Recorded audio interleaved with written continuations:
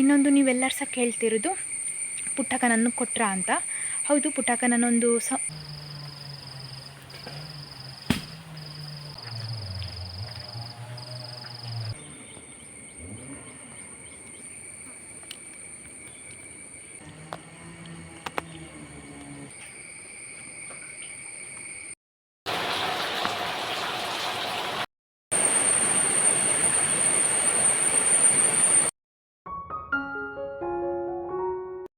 Hi ಎಲ್ರಿಗೂ ಸಹ welcome to my new vlog. ಎಲ್ಲರೂ ಹೇಗಿದ್ದೀರಾ?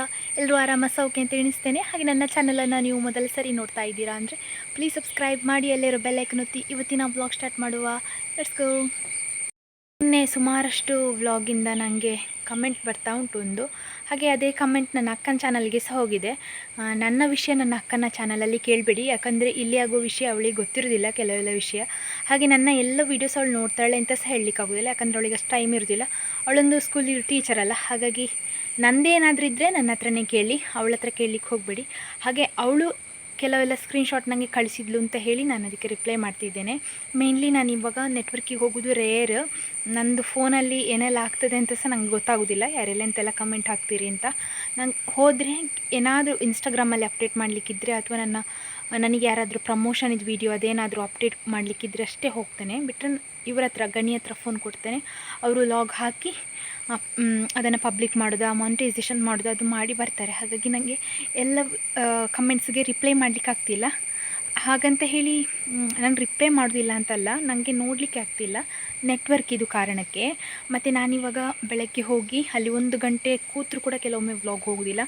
ಆ 1 ಗಂಟೆ ಕೂರ್ತೇನಲ್ಲ, ಅದರ ಬದಲಿಗೆ ನನಗೆ ಮನೆಯೊಳಗಿದ್ದು ಕೆಲಸ, ದನಗಳದ್ದು ಮತ್ತು ತಿಂಡಿದ್ದು ಎಲ್ಲ ಕೂಡ ಮಾಡ್ಕೊಳ್ಳಿಕ್ಕಾಗ್ತದೆ. ಹಾಗಾಗಿ ನಾನೀಗ ಆ ಟೈಮನ್ನು ವೇಸ್ಟ್ ಮಾಡಲಿಕ್ಕೆ ಇಷ್ಟ ಮಾಡೋದಿಲ್ಲ, ಯಾಕಂದರೆ ನಾನು ಅಲ್ಲಿಂದ ಹೋಗಿ ಬಂದು ಮತ್ತೆ ನಾನೇ ಮಾಡಬೇಕಲ್ಲ, ಅದಕ್ಕೋಸ್ಕರ ಅದು ಒಂದು ರೀಸನ್. ಹಾಗಾಗಿ ರಿಪ್ಲೈ ಮಾಡಲಿಕ್ಕಾಗ್ತಿಲ್ಲ. ಇನ್ನೊಂದು ನೀವೆಲ್ಲರೂ ಸಹ ಕೇಳ್ತಿರೋದು ಪುಟ್ಟಕ್ಕ ನನ್ನ ಕೊಟ್ರಾ ಅಂತ. ಹೌದು, ಪುಟ್ಟಕ್ಕ ನನ್ನೊಂದು ಸ್ವಲ್ಪ ದಿವಸ ಆಯಿತು ಕೊಟ್ಟು. ಯಾಕಂದರೆ ಕಳೆದ ವರ್ಷವೇ ಅವಳನ್ನು ಕೊಡೋದು ಅಂತ ಡಿಸೈಡ್ ಆಗಿತ್ತು. ಅವಳು ಕರು ಹಾಕಿ ಆದಮೇಲೆ ಕರು ಡೆತ್ ಆಯಿತು. ಹಾಗಾಗಿ ನನಗೆ ಕೊಡಲಿಕ್ಕೆ ಮನಸ್ಸಿರಲಿಲ್ಲ, ಮತ್ತು ಕರು ಇಲ್ಲದ ದನವನ್ನು ಕೊಡೋದು ಬೇಡ ಅಂಥೇಳಿ ಕೊಡಲಿಲ್ಲ. ಈ ವರ್ಷ ಅಪ್ಪ ಗಟ್ಟಿ ಮಾಡಿ ಇಟ್ಕೊಂಡಿದ್ರು ಕೊಡೋದೇ ಈ ವರ್ಷ ಅಂಥೇಳಿ. ಮೇಯ್ನ್ ರೀಸನ್ನು ನನ್ನದು ಹೆಲ್ತ್ ಇಶ್ಯೂಸು. ಏನಂದರೆ ನನಗೆ ಕೆಲವೊಮ್ಮೆ ಹೆಲ್ತ್ ಇಶ್ಯೂಸ್ ಆದರೆ ನಾನಿವಾಗ ವ್ಲಾಗ್ ಕೆಲವೊಮ್ಮೆ ಪೆಂಡಿಂಗ್ ಇರ್ತದೆ ಅಂದರೆ ನಂಗೆ ಹೆಲ್ತ್ ಇಶ್ಯೂಸ್ ಉಂಟು ಅಂತ ಹೇಳಿ. ನನಗೆ ಈಗ ಹೆಲ್ತ್ ಇಶ್ಯೂಸ್ ಇರೋದ್ರಿಂದ ಕೆಲವೆಲ್ಲ ವರ್ಕನ್ನು ನಾನು ಬೇರೆಯವ್ರಿಗೆ ಡಿಪೆಂಡ್ ಮಾಡಲಿಕ್ಕಾಗೋದಿಲ್ಲ. ಈಗ ನಾನು ವರ್ಕ್ ಯಾರಿಗಾದರೂ ಕೊಡಬೇಕು ಅಂತ ಹೇಳಿದರೆ ಸಹ ಯಾರಿಲ್ಲ, ಅಂದರೆ ಡೈಲಿ ಕೆಲಸಕ್ಕೆ ಅಂತ ಹೇಳಿ ಕರೀಲಿಕ್ಕಾಗೋದಿಲ್ಲ. ಹಾಗೆ ಅಂತೇಳಿ ಡೈಲಿ ಕೆಲಸಕ್ಕೆ ಸಿಗೋದಿಲ್ಲ. ಮತ್ತು ಒಂದು ವರ್ಕ್ ಮಾಡಬೇಕು ಅಂತಾದರೆ ನಾನೇ ಮಾಡಬೇಕು, ಎಲ್ಲ ಸಹ ಬ್ಯಾಲೆನ್ಸ್ ಮಾಡ್ಕೊಂಡು ಹೋಗಬೇಕಾಗ್ತದೆ. ಹಾಗಾಗಿ ನನಗೆ ಇಬ್ಬರಿಬ್ಬರು ದನಗಳನ್ನು ಸಾಕಲಿಕ್ಕೆ ಆಗ್ತಿಲ್ಲ. ನನಗೆ ಅಷ್ಟು ಫಿಸಿಕಲ್ ಸ್ಟ್ರೆಂತ್ ಇಲ್ಲ, ಮತ್ತು ಅಷ್ಟು ಸ್ಟ್ಯಾಮಿನಾ ಕೂಡ ಇಲ್ಲ ಅಂತ ಹೇಳಿ ಕೊಟ್ಟದ್ದು. ಮತ್ತು 9 ಮಂತ್ ಆಗಿತ್ತು. ಈಗ ಕರು ಹಾಕಿ ಕೂಡ ಇರ್ಬೋದು, ಒಳ್ಳೆ ಹಾಲು ಕೂಡ ಕೊಡ್ತಿರ್ಬೋದು. ಸಾಕುವವರಿಗೆ ಕೊಟ್ಟದ್ದು, ಅದು ಸಹ ಸಕಲೇಶ್ಪುರ ಸೈಡ್ ಕೊಟ್ಟದ್ದು. ನಾನು ಈ ವ್ಲಾಗ್ ಮುಂಚೆ ಹೇಳಲಿಲ್ಲ, ಯಾಕಂದರೆ ನನಗೆ ಅದು ಹೇಳಲಿಕ್ಕೆ ಇಷ್ಟ ಇರಲಿಲ್ಲ. ಮೇಯ್ನ್ಲಿ ನೀವು ನನಗೆ ಕೆಲವರೆಲ್ಲ ಹೇಳ್ತೀರಾ, ಎಲ್ಲರೂ ಕೂಡ ಅಲ್ಲ, ಕೆಲವರೆಲ್ಲ ನನ್ನನ್ನು ಅರ್ಥ ಮಾಡ್ಕೊಂಡವರು ಸುಮಾರಷ್ಟು ಜನ ಸಪೋರ್ಟ್ ಮಾಡ್ತಾರೆ. ಕೆಲವರು ಏನು ಹೇಳ್ತಾರೆ ಅಂದರೆ, ನೀವು ಸಾಕಬೇಕಿತ್ತು, ನೀವು ಅದು ಮಾಡಿದ್ರಿ, ಹೀಗೆ ಮಾಡಿದ್ರಿ. ಒಂದು 3-4 ಸಲ ನನಗೆ ಎಕ್ಸ್ಪೀರಿಯೆನ್ಸ್ ಆಗಿದೆ. ಸುಮಾರು ಜನ ಹೇಳಿದ್ದೀರ ನಾವು ದನ ಕೊಟ್ಟಾಗ ಎಲ್ಲ. ಹಾಗಂತ ಹೇಳಿ ಈಗ ನಾನು ಹೆಲ್ತ್ ಇಶ್ಯೂಸಲ್ಲಿ ಮಲಗಿದಾಗ ನನ್ನ ಬದಲಿಗೆ ಇಲ್ಲಿ ಕೆಲಸ ಮಾಡಲಿಕ್ಕೆ ಯಾರಿಲ್ಲ. ನನ್ನ ಹಸ್ಬೆಂಡು ವಾರಕ್ಕೊಂದು ದಿವಸ ರಜೆ ಇರುವಾಗ ಅದರಲ್ಲಿ ಏನಾದರೂ ಒಂದು ಸ್ವಲ್ಪ ಮಾಡ್ತಾರೆ. ಆಗ ಇಡೀ ವಾರದ ಕೆಲಸ ಅವರಿಗೋಸ್ಕರ ಇಡಲಿಕ್ಕಾಗೋದಿಲ್ಲ. ಹಾಗಂತ ಹೇಳಿ ನಾನು ಎಲ್ಲ ವರ್ಕಿಗೆ ಅವರನ್ನು ಡಿಪೆಂಡ್ ಆಗೋ ಹಾಗೆ ಇಲ್ಲ. ಅವರು ಈಗಷ್ಟೇ ಕೆಲವೆಲ್ಲ ಕೃಷಿದು, ಅಗ್ರಿಕಲ್ಚರ್ ಇದು ನೋಡಿ ಕಲಿತಾ ಇದ್ದಾರೆ. ಹಾಗೆ ಅಪ್ಪನಿಗೆ ಸಹ ನಿಮಗೆ ಗೊತ್ತುಂಟು, ಪ್ರಾಯ ಆಗಿದೆ, ಅವರಿಗೆ ಸಹ ಎಲ್ಲ ವರ್ಕ್ ಮಾಡಲಿಕ್ಕಾಗೋದಿಲ್ಲ. ಹಾಗಾಗಿ ನೋಡ್ಕೊಳ್ಳಿಕ್ಕಾಗೋದಿಲ್ಲ, ಒಂದು ರೀಸನ್ಗೆ ಕೊಟ್ಟದ್ದು.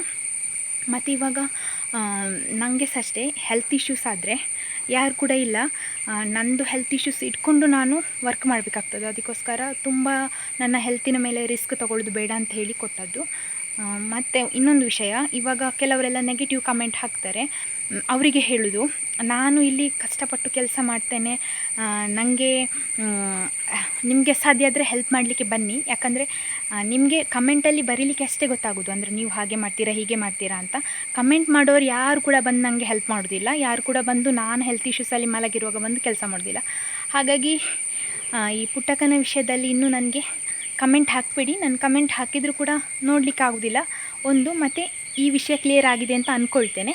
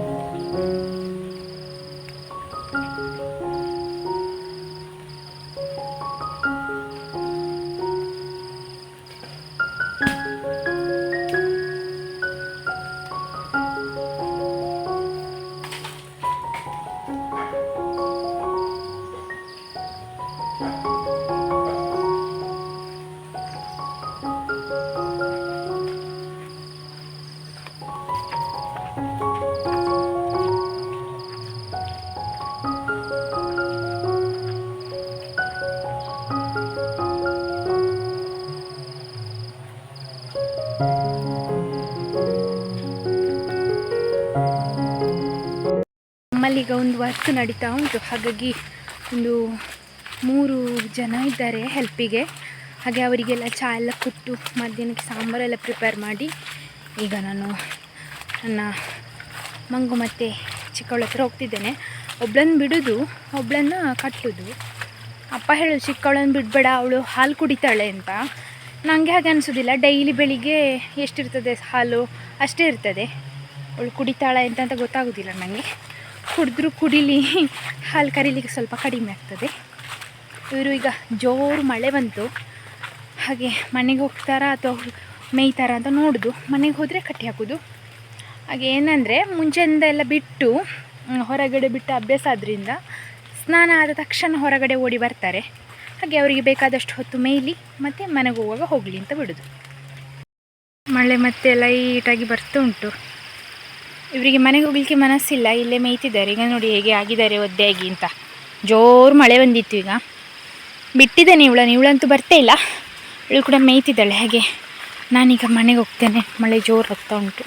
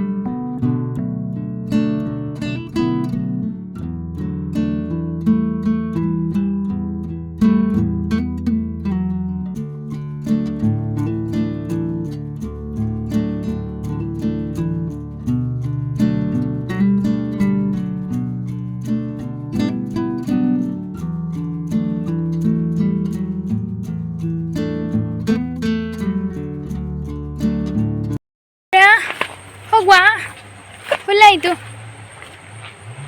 ಹೋಗುವ ಬಾ. ಮಳೆ ಸಹ ಬರ್ತಿತ್ತು, ಬಿಸಿಲು ಕೂಡ ಬಂತು. ಆದರೂ ಕೂಡ ನನಗೆ ವೆಯ್ಟ್ ಮಾಡ್ತಾ ಇದ್ದ ಇವ ಹುಲ್ಲಾಗೋ ತನಕ. ಟಿಂಕಿ ಆಗಲಿ ಹೊರಟಿದ್ದಾನೆ ಮಳೆಗೆ.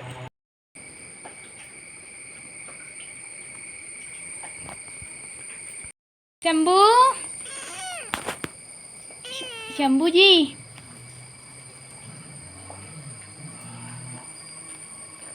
ನಂದಿ, ನಂದಿ, ಮ್ಯಾವ್, ಮ್ಯಾವ್.